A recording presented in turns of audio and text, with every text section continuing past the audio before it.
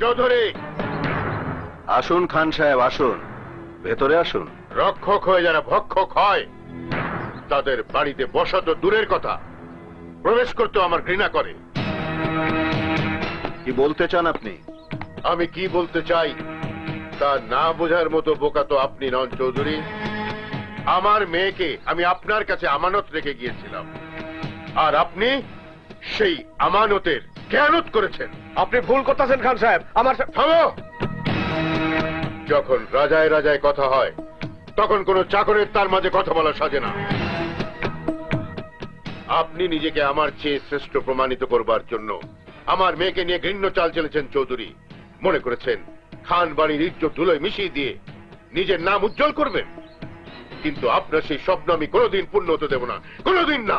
খান সাহেব, গলা নিচু করে কথা বলুন। আবির,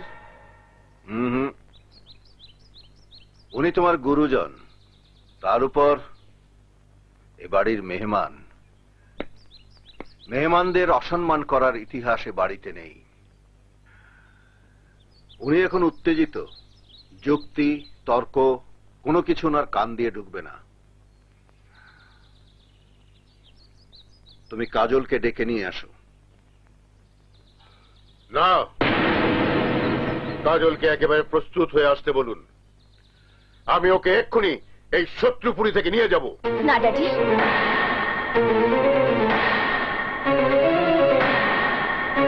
আমি এখন যাব না। মারে, তোকে ছাড়তে আমার যেমন কষ্ট হবে তেমনি তোকে ছাড়া থাকতে তোর বাবার অনেক কষ্ট হচ্ছে। সন্তান হয়ে বাবা মাকে কষ্ট দেয়া ঠিক না। উনি তোকে নিতে এসেছেন, তোর চলে যাওয়াই উচিত। কিন্তু বাবা। যা মা। কাজল, চলে আয়। রান্না কিসের? আয় কুসুম, আয়। জি জি মামা।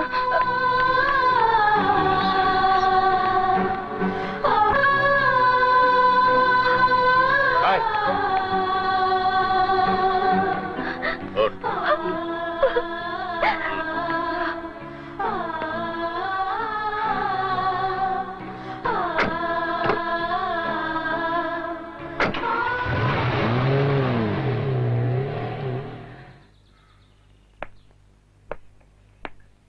আবির, কৃষ্ণে, কাজল আবার এই বাড়িতে ফিরে আসবে, ফিরে আসবে এই বাড়ির বউ হয়ে।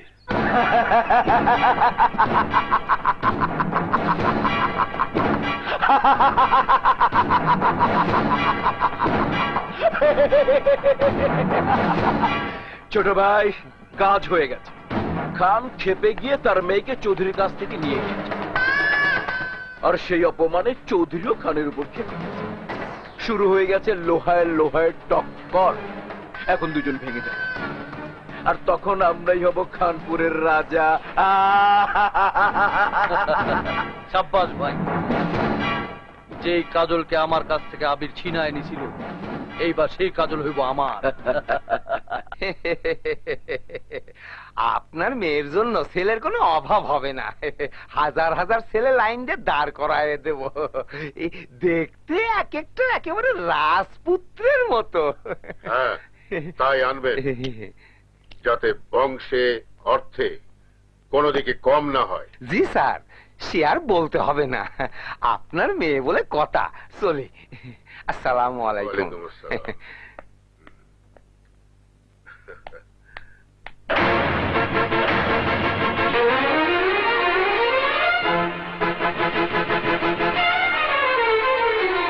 ড্যাড, আমি আবিরকে ছাড়ার কাউকে বিয়ে করবো না। খান বাড়ির মেয়ের সম্বন্ধ কোনো চাকরের ছেলের সাথে হবে না, হবে তার সমান কোন ইজ্জতদার ঘরের ছেলের সঙ্গে। আবিরের চেয়ে অনেক ভালো ছেলে আমি তোমার জন্য। নো ড্যাড, আবিরের চেয়ে ভালো ছেলে আমি চাই না। আমি শুধু আবিরকে চাই, শুধু আবিরকে। আবিরের নাম আমি তোর মুখে আর শুনতে চাই না। কেন শুনতে চাও না ড্যাড? আবির কি মানুষ নয়? দেখতে শুনতে পড়াশোনায় আশেপাশে 10 গ্রামে ওর চেয়ে ভালো ছেলে আর কি আছে? বলো ড্যাড, আর কি আছে? দুপাতা বিদ্যা দিয়ে মানুষ বংশমর্যাদা কামাতে পারে না কাজল। মান ইজ্জত কামাতে সময় লাগে 2-3 পুরুষ। তোমার মিথ্যে মান মর্যাদার বংশের অহংকার আমাকে শুধু বারবার বিপদের মুখে ঠেলে দিয়েছে। আবির যদি আমার পাশে না থাকতো তাহলে তুমি জেল থেকে ফিরে এসে আমাকে জীবিত দেখতে না। আর অনেক আগে শমশের আর তার ভাই তোমার বংশের ইজ্জত মাটির সাথে মিশিয়ে দিত। যদি তোমাকে বাঁচিয়ে থাকে তাহলে তার যোগ্য পুরস্কার আমি আবিরকে দিতে প্রস্তুত, কিন্তু তার হাতে তোমাকে তুলে দেওয়ার প্রশ্নই আসে না। তোমার বিয়ে তার সাথেই হবে যার সাথে আমি তোমার বিয়ে ঠিক করব। ড্যাড, তুমি কি আমাকে সুখী দেখতে চাও না? যদি সত্যি আমাকে সুখী দেখতে চাও তাহলে তাহলে আবিরের হাতে আমাকে তুলে দাও। আমি আবিরকে অনেক ভালোবাসি, অনেক ভালোবাসি। চুপ! আবিরের নাম এই মহলের 4 দেয়ালের ভেতরে আমি আর শুনতে চাই না। কুসুম, জি না, ওকে ঘরে নিয়ে যা। ও যেন ঘর থেকে আর বের হতে না পারে। না ড্যাড, তুমি যত চেষ্টাই করো আমার মন থেকে আবিরের নাম কোনোদিন মুছে ফেলতে পারবে না, কোনোদিন না।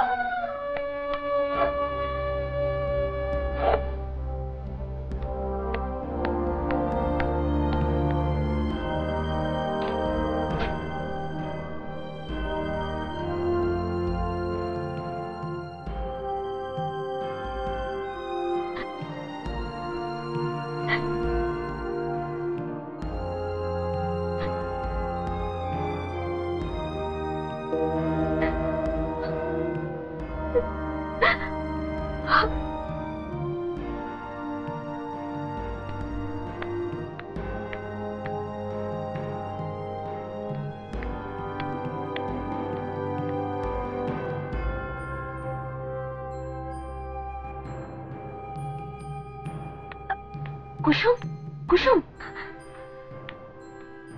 কিরে কিছু বলবি? আমার এই চিঠিটা আবিরের কাছে পৌঁছে দেবে?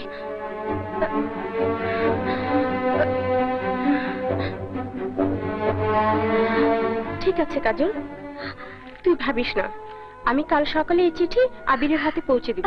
ঠিক আছে, তুই যা। এই তাই খাড়া সর করে খাড়াস ফুল বললো কেমনে রে? হ্যাঁ, আমার প্রেম বাগানের ফুল চুরি করতে কে? হ্যাঁ, ভাই ভাই কথা কথা ভাই কাম কর কাম কর। কি মনে না টাকা পানা। ওই তার উচিত কে? আমার কি রূপ জ্বালাইছে বলদের বাচ্চা? কাম কর। ওই ওই ওই কেটে রে কারা পুরে গেল। লাগাও করাও করাও। এই ভাই কেটে রে। এই কোন হালা? এই বুঝছি এটা চোখ। এই এই কা তোর তোর কাগো ও না কা বলছি কা এটা বলছি তোর তোর। এই এই আরে আমি চোর না, আমি চোর না, আমি কুসুম। তুমি এইখানে? আমি স্বপ্ন দেখতেছি না তো? আরে স্বপ্ন না, আমি ঠিক দিতে এসেছি। আমির কাছে হাসি দি দাও, জলদি দাও জলদি। ছোট কাহা, ও কাহা কাহা কিরে কা চিৎকার করছিস কেন? আসসালামু আলাইকুম কাহা, মানে সিডি কাহা, ছোট কাহা সিডি সিডি জি সিডি চিঠি? হ্যাঁ। দে দেখি। আমার কোনো দোষ নাই, ছোট কাহারে দেয়া গেল তো।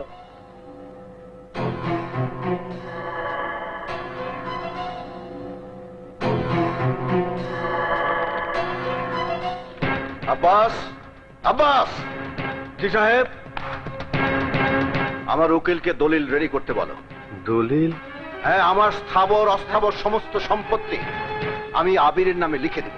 এইটা কি কইতেছেন সাহেব? আমি যা বলছি তাই করো, যাও। না মানে কোনো কথা শুনতে চাই না, যাও। জি মাখন, মাখন, সাহেব আমার ডাকছে। যাও ড্রাইভারকে গাড়ি বের করতে বলো। আমার আবিরের বিয়ের প্রস্তাব নিয়ে আমি আজই খানের বাড়িতে যাব। জি আচ্ছা। আরে আমাদের মেয়ে দেখার দরকার নেই, আপনাকে দেখেছি তাতে আমরা বুঝে নিয়েছি মেয়ে কেমন হবে। স্যার, ছেলে আপনাকে দেখতে হবে না, মামার সব কিছুর মালিকই ছেলে। না হলেও প্রতি মাসে 1 লাখ টাকা কামাই আছে। ঠিক আছে, আমরা তাহলে বিয়ের দিন তারিখ নিয়ে কথা বলি।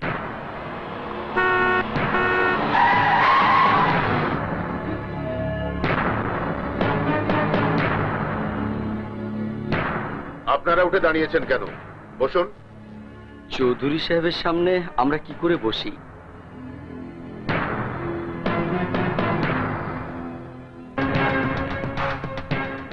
আমার বাড়িতে আগমনের উদ্দেশ্য?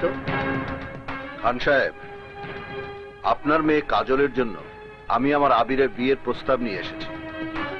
চৌধুরী সাহেব যেখানে প্রস্তাব নিয়ে এসেছেন সেখানে আমাদের প্রস্তাবের কোনো যোগ্যতাই নেই। চলুন আমরা চলে যাই। এই সবাই চলো। এই, আপনারা কোথায় যাচ্ছেন? জানান বিয়ের দিন তারিখ।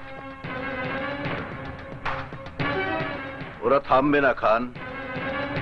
যেখানে চৌধুরী বিয়ের প্রস্তাব নিয়ে আসে সেখানে অন্য কেউ বিয়ের প্রস্তাব দেবে, অত বড় মাথা কারো শরীর এখনো হয়।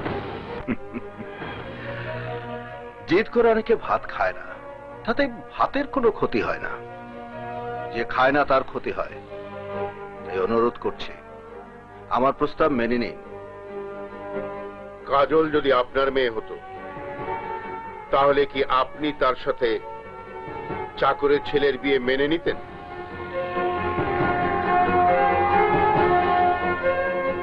আবিরের বাবা আমার বাড়ির কর্মচারী হতে পারে, কিন্তু আবির আমার সন্তান। কিন্তু সে তো আপনার ঔরজ্জাত সন্তান নয়, পালিত সন্তান। আমার সব সম্পত্তির উত্তরাধিকারী সে।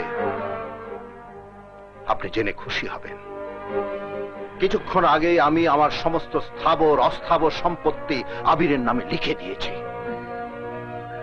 টাকা তো মেথর মুচিত থাকে চৌধুরী সাহেব, তাতে কি বংশমর্যাদা বাড়ে?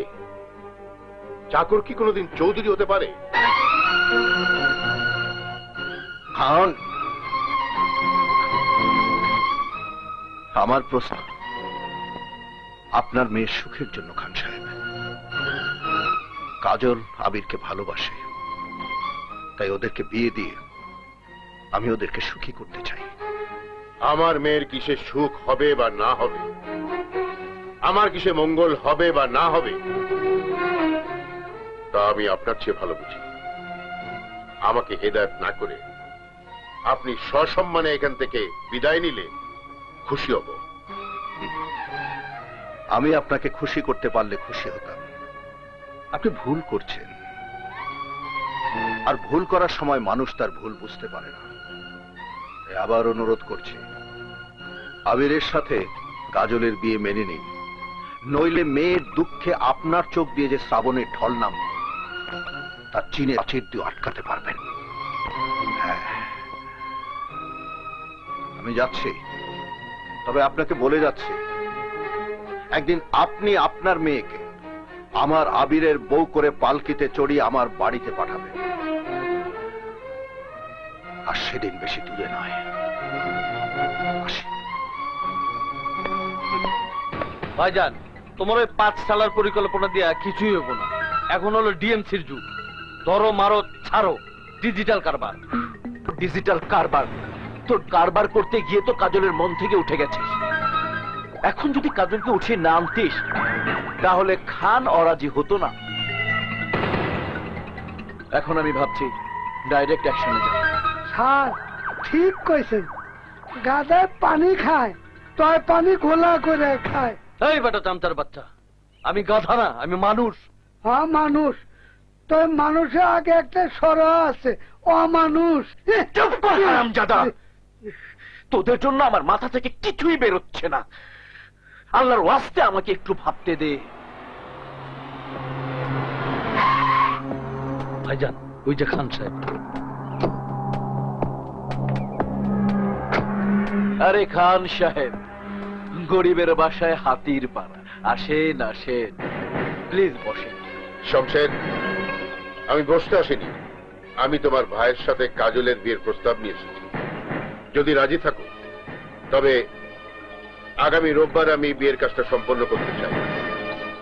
রাজি মানে? আপনি রাজি? তাহলে আমি রাজি। আমার 14 পুরুষ রাজি। কিন্তু একটা শর্ত আছে। চৌধুরী বাড়ির আবির ভালোবাসার নাটক করে আমার মেয়েটার মাথা খারাপ করে দিয়েছে। ও বেঁচে থাকলে কাজল কোনোদিনই ডনকে বিয়ে করবে না। সেই চিন্তা আপনি আমার উপর ছেড়ে দিন। আবিরকে কোন অস্ত্রে ঘায়েল করা যাবে তা আমি ভালো করেই জানি। আপনি বিয়ের আয়োজন করুন। আমি আবিরকে সরিয়ে দেবার আয়োজন করছি।